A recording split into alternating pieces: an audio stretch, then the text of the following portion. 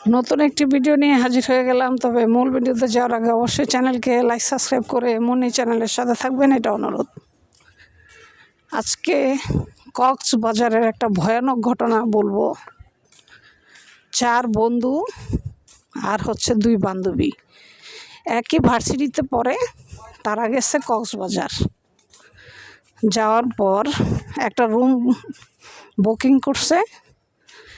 তো এক রুমের ভিতরে 4 জন ছেলে 2টা মেয়ে, একই রুমে তারা 3 দিন ছিল। থাকার পর 2 দিন তারা অনেক আনন্দ ফুর্তি, খুব মজ মুক্তি, খুবই আনন্দ করছে।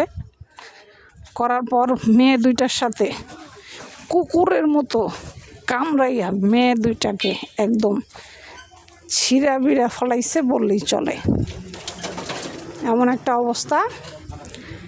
এই 2 মেয়েকে তারা 4 বন্ধু মাইরা তাদেরকে কই যাস ইফাদে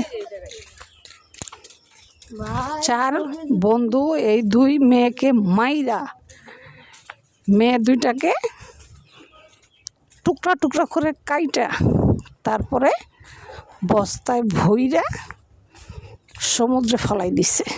তো এক গার্ড দেখছে বস্তা নিয়ে যাওয়ার সময় এক গার্ডের নজরে পড়ার পর ওই গার্ড জিজ্ঞাসা করে, এই বস্তায় কী নিয়ে যাচ্ছেন? হোটেল থেকে বের হওয়ার সময় সিসি ক্যামেরায় ধরা পড়ে বস্তার ভিতরে কী জন্য নিয়ে 4 ছেলে যাচ্ছে। তো ছেলেরা বলতেছে এমনি আর কি কিছু কাপড় টুপড় এগুলো আর কি বস্তায় করে নিয়ে। কাপড় বস্তায় নিবা কেন? কাপড় নিবা তোমার ব্যাগে বা বিশেষ করে যাই হোক সাধারণত ব্যাগেই নেয় মানুষ, বস্তার ভিতর কাপড় নেয় এরকম কথা তো জীবনে শুনি নাই। তো এই দারোয়ানের একটু ঘটকা লাগছে। লাগার পরে উনি পুলিশে খবর দিছে। দেওয়ার পর তাড়াতাড়ি পুলিশ আসছে।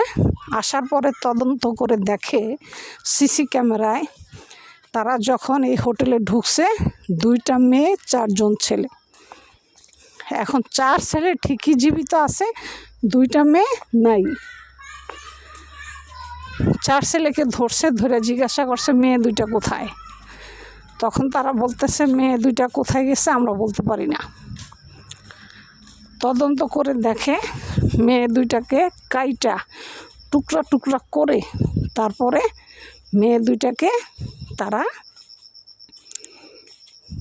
নদীতে বস্তার ভিতরে কইরা ফালাই দিছে।